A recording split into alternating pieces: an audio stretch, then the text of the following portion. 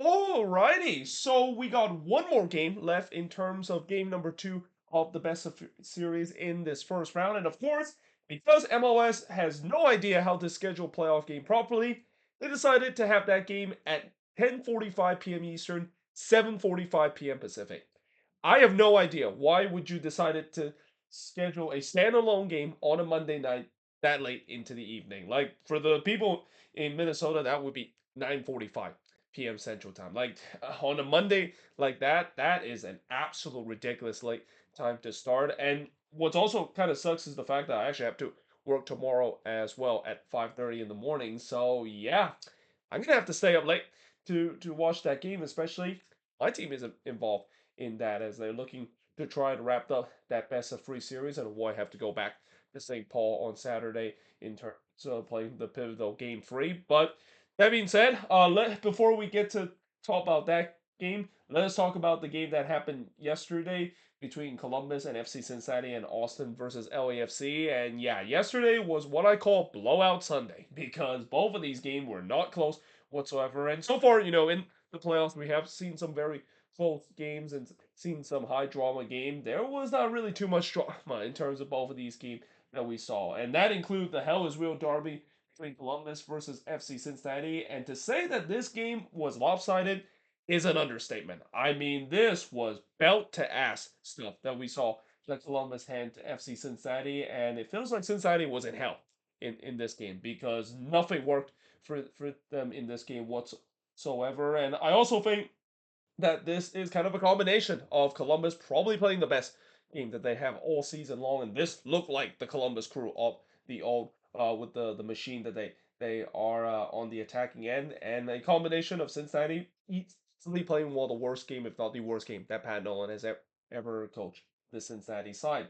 Now, in the first half, the first shot of the game did see Chambeau's free kick shot that was palmed away by Saltano. Columbus had all the possession early in this one. So again, one of the things I've always mentioned between these two teams with the way that both of these teams likes to have possession, who is going to be the one that will have to be the team that have to kind of play behind the back foot, and it seems like Cincinnati elected to do so, which I don't think that was the best idea because again, that just kind of plays completely into Columbus' hand. In fact, the possession was so high, it was 80-20 in favor of Columbus 30 minutes in. I mean, there was not many part of this game where Cincinnati even have the ball, let alone having it on the attacking half as well. Rossi was in on goal there, but he only hits it right to Salentano in the 14th minute. I did think that Cincinnati did start to sell into this game after they clearly did not start on time in this one and start getting more possession. Hadabi would then heads it wide from close. I put an asterisk in terms of this because this actually didn't count as a shot until very late in the game. In fact, this almost was a repeat of what we saw between Vancouver versus FC Dallas. Where remember that game where Vancouver was so dominant in that game they held their opposition to zero shot, and Dallas making the infamous mark of becoming the second team in playoff history to register zero shot for the entire game. Well, it looked like Cincinnati was on point of making that history as well, but in the end, they did, of course, credit Cincinnati of a shot, and it was generous as well. I mean, I look back on the replay of that. I mean, I don't know, would you count that as a shot from that be on the header that is, but nevertheless, I guess maybe that's just a small consolation. And when I mean small, I mean just kind of penny pinching kind of small consolation that Cincinnati has. At least they didn't make the wrong end of history of becoming the third team to register zero shot in the entire game in the playoffs and become the second team this playoff alone to have a team that gets not only shut out on the scoreboard but getting shut out on the shots as well. But the shots were still 2-1 for Columbus 30 minutes in. That quickly they made it 3-1 in terms of the shot, and in the 33rd minute, Columbus finally got their opener. It's Max Armstrong. He scored from Rossi to make it 1-0 in favor of Columbus. Rossi then looked for another and looked to get on the score sheet himself, but he missed wide there. The momentum was clearly with Columbus. They were looking for another, and they look like a team that know that the season is all on line for them. I mean, they play with a purpose. What in this one. Though that being said, they almost gifted a goal to Cincinnati when Herrera almost scored an own goal on the other end. And believe it or not, that was actually the closest that Cincinnati would get in terms of scoring in this one. Probably the most threatening that they had throughout this entire game, and it's saying something when your most threatening attack comes from a near own goal. And a player from the other team almost score one for you. But in the 40th minute, it goes back for Morris for Cincinnati as Yoyo Kubo would get sent off here. It was denial of goal score opportunity. Even if it wasn't denial of goal score opportunity, he would have been sent off either way because he was already on a yellow card. So yeah, it just goes bad for Morris from Cincinnati. And for Columbus, they waste no time to capitalize with being a man up as Dylan Chambols would score on the free kick here. And while it was a good free kick, Brenner here, he got out of the way in the wall. I mean, when you're in the wall, I know that it's very tempting when the ball is heading for you that you want to duck out of the way, especially if it's going to hit you in the face. But when you're in the wall, there you have to be brave in terms of being in the wall. You have to kick it for the team, even if the ball is going to smack you uh very hard there in the wall. Because if that's the case, if you don't have that bravery to sacrifice your body in terms of blocking a shot, you should not be in the wall. I mean, you should be letting someone else to be in the wall here. And yeah, in this case, Brenner, he just didn't show that bravery whatsoever. And to be fair, he wasn't even aiming toward his head. He was kind of aiming toward his chest as well. And while it will be painful, the fact that if it hits it like that, that's kind of the reason why you're in the wall there. You're supposed to prevent the shot from getting past the wall there. And yeah, that was just not a great wall there from Cincinnati, and just not a great moment for Brenner as well. I mean, in a playoff game like that, you have to show all your the bravery to try to prevent a goal, and he didn't do that. And just like that, Columbus were up 2-0 in this one. Saltano would then deny Harbone from close range before Arfston would pose it wide from long range. Again, it was all Columbus up to this point. They smell blood. They want more in this one. Cincinnati are just praying that it gets the halftime whistle and trying to make some adjustment because we head to halftime with Columbus eventually leading 2-0. Whatever adjustment that they tried to make, it did not work whatsoever because it was kind of more of the same in the second half in terms of the chances. And by the way, my computer is about to run out of battery, so let me just quickly charge this before it ran out. I want to have the video to pause inexplicably. Um, let's see if it has now charged. It's now charging. So anyway, back to the review. As I said, whatever adjustment that Pat Nolan did to this team, it did not work because in the second half it was more of the same. There was a shout for a penalty for Columbus, not given. Chambos would then pulls it wide from long range. More of the same in the second half. Columbus kind of dominated possession. Cincinnati just cannot get out of their own half. Like the way that Columbus was pressing on them and keep winning the ball back in their own end, it was just absolutely suffocating that Cincinnati attack. They had no chance in terms of transition whatsoever. And then in the 65th minute, they make it 3-0. As Herrera would score from Russell Rowe and Arfston to make it 3-0. 4 minutes later, it would be 4-0 in favor of Columbus. Russell Rowe, he scored from Arfston and Amundsen to make it 4-0 in favor of Columbus. This is kind of when I thought, yeah, I'm probably not going to write too much notes after this because this is just got completely out of hand. It is really belt to ass stuff that we're seeing, and Cincinnati is truly in hell in this game. This is going to be a night that I'm pretty sure Cincinnati fans would not want to remember. I mean, besides this game and the 2-0 blown lead that they had in the Eastern Conference Final, those are two of the most nightmare hell is real derby that Cincinnati fans would definitely not want to remember. But for Columbus, it's safe to say that they're getting their revenge on game one and then some in this one. I mean, they were sending a message in this game that yeah, we're ready for game number three. We're not going to be afraid to ride this momentum and once again hand Cincinnati another heartbreaking loss in the playoffs in this Hell is Real derby. But in the 72nd minute, Amundsen would look for five, but he heads it over. There was a shout for a penalty for Columbus not given. No mercy was shown for Columbus, and they shouldn't because I mean it is a rivalry game. You're not going to show mercy to your opposition. You're going to want more and make it five. And especially that's also kind of the forte with Wilfred Nazi's side. This team, when things are clicking, you know they're not going to stop. Like you can try to tell them to stop, but they ain't going to stop at just 4 goals.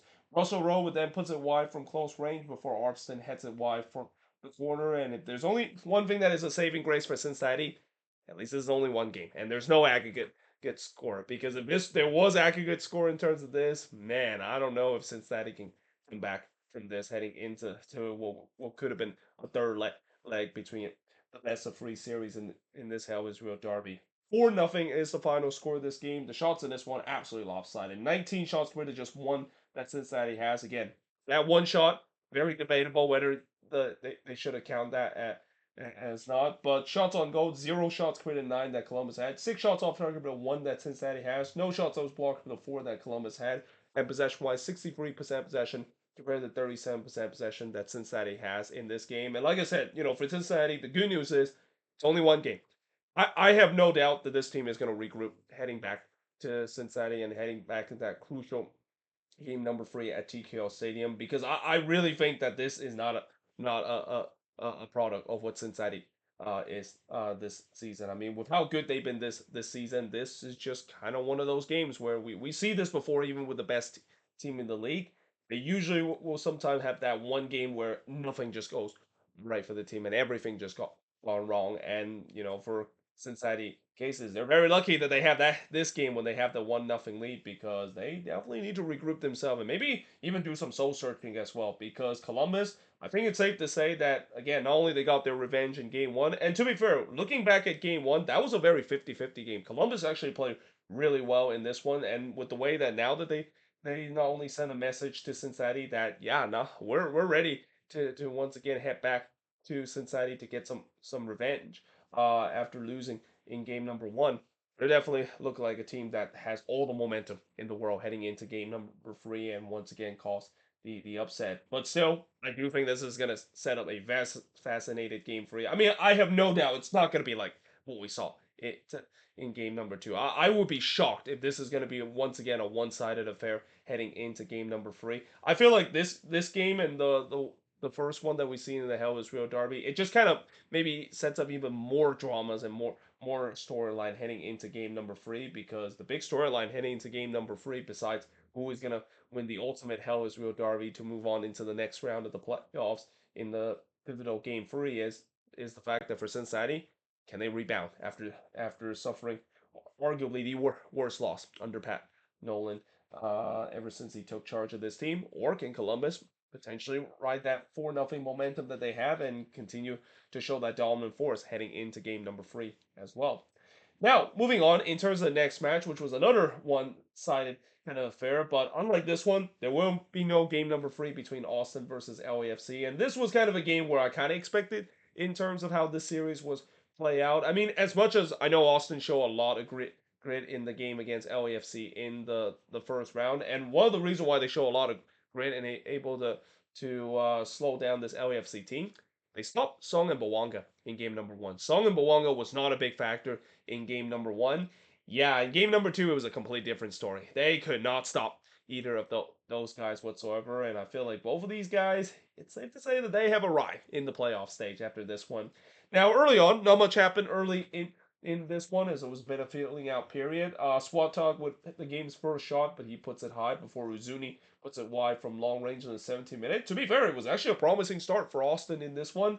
That quickly changed in the 21st minute when Song would score from Bawanga to make it 1-0 in favor of LAFC. It came off of a lightning counterattack from LAFC because that's what they do. I mean, that feels like very vintage LAFC with their quick transitional play. And guess what? They did that so successfully that they did it again just 4 minutes later. This time it's Bawanga scoring from Sung to make it 2-0 in favor of LAFC. And to be fair, this time Stuver actually came way off his lines there. And when you're a goalkeeper and you came way off his line, you better get to it. Because if you don't get to it, you are in no man's land. You're basically stranded on an island. And in this case, Stuver got stranded on an island. And just like that, LAFC was up 2-0. And it's safe to say that the Bawanga and Sung combo, it has arrived. It has lifted off in this playoffs, and not only that's bad news for Austin staring down elimination, but that might be bad news for the rest of the league. Because if this is how LAFC look on the attack, and if Bawanga and Song is going to be feeling it like they did in this game, I mean, I don't think there's going to be a lot of team that is going to able to stop this team. I mean, some might say some of the better team in the East, and maybe Inter Miami might do so, but I mean, I'll tell you what, if there's going to be an LAFC versus Inter Miami game, that is going to be a very interesting chess match between the GOAT himself facing against the probably the best dynamic duel right now in the league with Bawanga and Sung. Speaking of Bawanga, he looked for a third goal here, but missed wide in the 33rd minute before a penalty was actually given to Austin, as Bawanga, who was so good throughout this game, well, he kind of turned into villain a little bit on the other end as he handball this one into the box. Not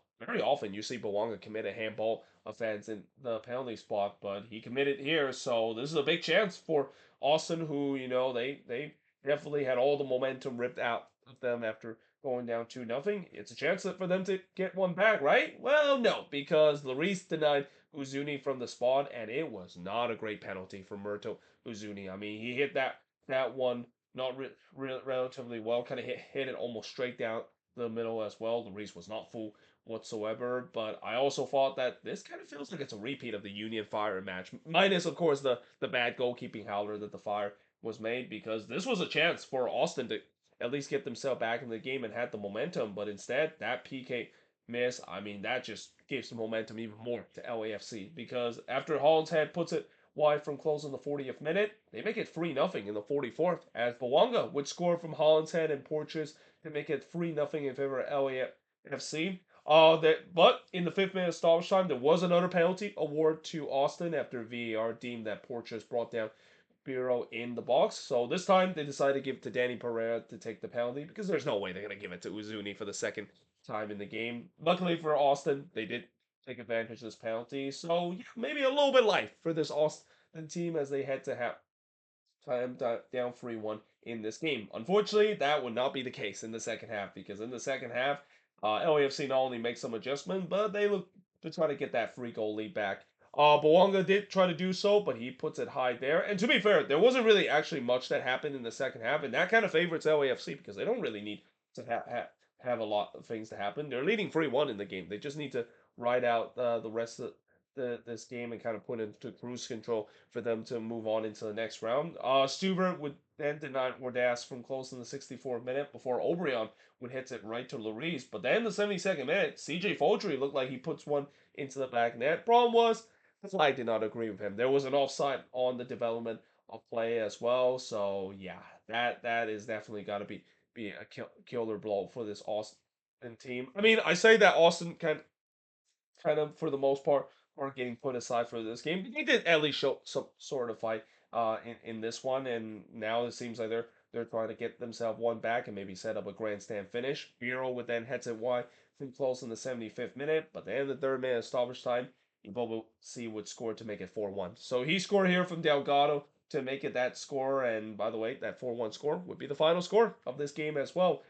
Shots in this one, 17 shots for the 7 that Austin had, 4 shots on goal for the 5 that LAFC had, 6 shots off target for the 3 that Austin had, no shots that was blocked for the 6 that LAFC had, and possession-wise, 52% possession compared to 48% possession that LAFC has in this one. LAFC just look absolutely dangerous right now. And by the way, I believe LAFC, I'm not quite sure. I need to look back on the bracket in terms of who they would potentially face next. I believe it could be Vancouver that they could be facing next as well. If I look at on the conference semifinal, if that's the case, oh boy, yeah, deep down that Vancouver would love nothing more to get some revenge over LAFC after that's kind of seems like that's been their owner in terms of the playoffs and in terms of other competition where we see LAFC always tends to knock out Vancouver in the playoffs and also in the CONCACAF Champions Cup. But at least when you look at how LAFC perform, and like I said, if Wonga and Sun can continue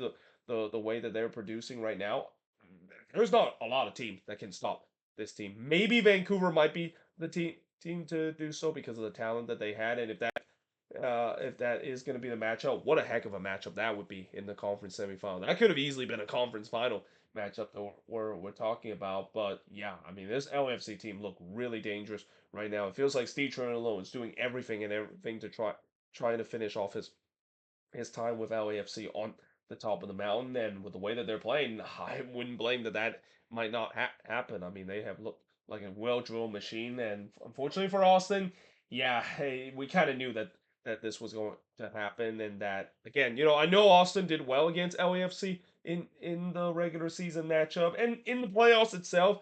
I mean, the first game they definitely showed a lot more fight than I thought they would be and really put LAFC on the brink. But yeah, in this game, for the most part, they just couldn't stop the quality that LAFC has. We knew that the quality of LAFC was going to shine through, and it definitely shined through in a big way in this game to put aside Austin season in this one.